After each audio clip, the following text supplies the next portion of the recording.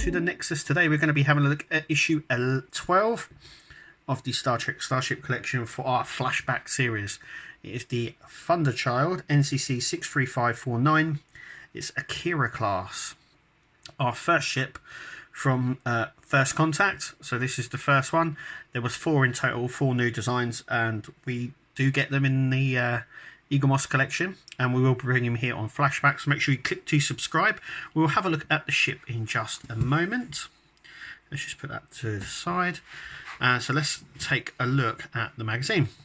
Really nice underview of the Akira class there. So here we are, have the profile stuff here, the specs if you like. So here we have the class, it's Akira class. Approximately 500 crew, warp 9.8. It's got weapons pod with multiple launchers, mounted launchers, and phaser strips as well.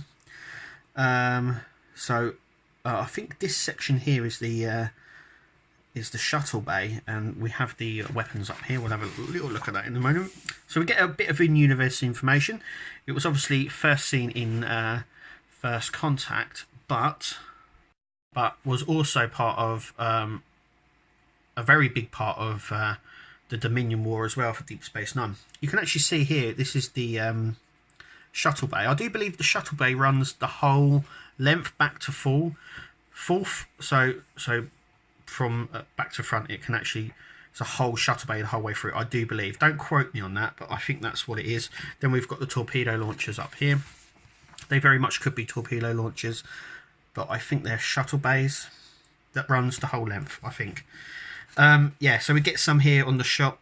This shot was from Voyager, so this is obviously Latopia Planitia. Here we have one getting destroyed by the cube there. Obviously, for Deep Space Nine, for the Dominion, we get a few there as well, so that's quite nice. So here we are. This is the weapons pod. Yep. So the front here is the shuttle bay. I do believe the back has shuttle bays as well. So it sort of launches. So it's quite a nice ship. Actually, I really like this, and it's very reminiscent of the Enterprise NX-01, the NX Enterprise. You can definitely see, especially the saucer is near enough the same shape. This came first, obviously, before they designed that one, but not in universe, obviously. And yeah, so it's mentioned in the Deep Space Nine technical manual as well, of having a crew of 500. Yeah, it's part of the Sector 001 battle. That's where we first see it on First Contact, but obviously it was used later on in the Dominion War. We do get obviously the other ones as well, Sabre, Steam Runner, all of them. We'll be having a look at that, so make sure you click to subscribe. And so here we are, the designing of it. So obviously for the new film they needed some new ships for the battle. This is one of the obviously concept designs. They even built a miniature model so they could actually see it as well with the creator there. Yeah, so here we have the shuttle bays. Some more closer looks. Another sketch of the top there with some decals on it as well, and without. So that's really, really nice. We get a lot of stuff. They were really in depth with the Akira class as well. We have some more of these sort of computer generated sketches, some other CGI shots down here as well. It's really nice. Then obviously creating it in CGI. So it's got that very, very very Enterprise look of it, and we get some nice shots here as well. Yeah, so obviously Sector 001, First Contact, we first saw it. So we first saw it in First Contact. Also appeared on Voyager and Deep Space Nine. Voyager, it was a flashback episode, similar to what we're doing now. Anyway, our next issue we'll be looking at a Jem'Hadar battle cruiser there for issue 13. Really nice top model. Picture of the model there. So without further ado, here is the Akira. One thing I will say is that as you can see, I'm only sliding that all over, and it's easily dropped out of this. It's a very not a very good stand. But anyway, so here is the Akira. Do you know what? I actually like this. It's one of the neat looking one. Ships. Not my favourite one from the first Contact part. That would be the Steam Runner for me. But nonetheless, a very nice ship.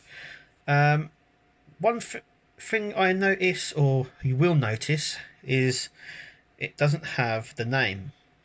I'm not too sure whether that is because the CGI model never did. I'm not entirely sure. It's really nice detailing on them. No trouble with window misalignment because the indent for the windows isn't there, so we don't get it. But we do get a very dodgy deflector dish. So this is the deflector dish here, and as I tip it, you can let's see if I can focus in a little bit on that. You can see that I can almost put my nail behind it. It's not pushed in flush, it's sort of poking out slightly. That's the best that they could do at the time, but that's obviously what we have. Yeah, so the detailing is really nice. It's very clear. It's got some really nice little detail in there. Got the light plastic here for the nacelles as well, which is nice. No colour for the impulse engines, which I believe are just here.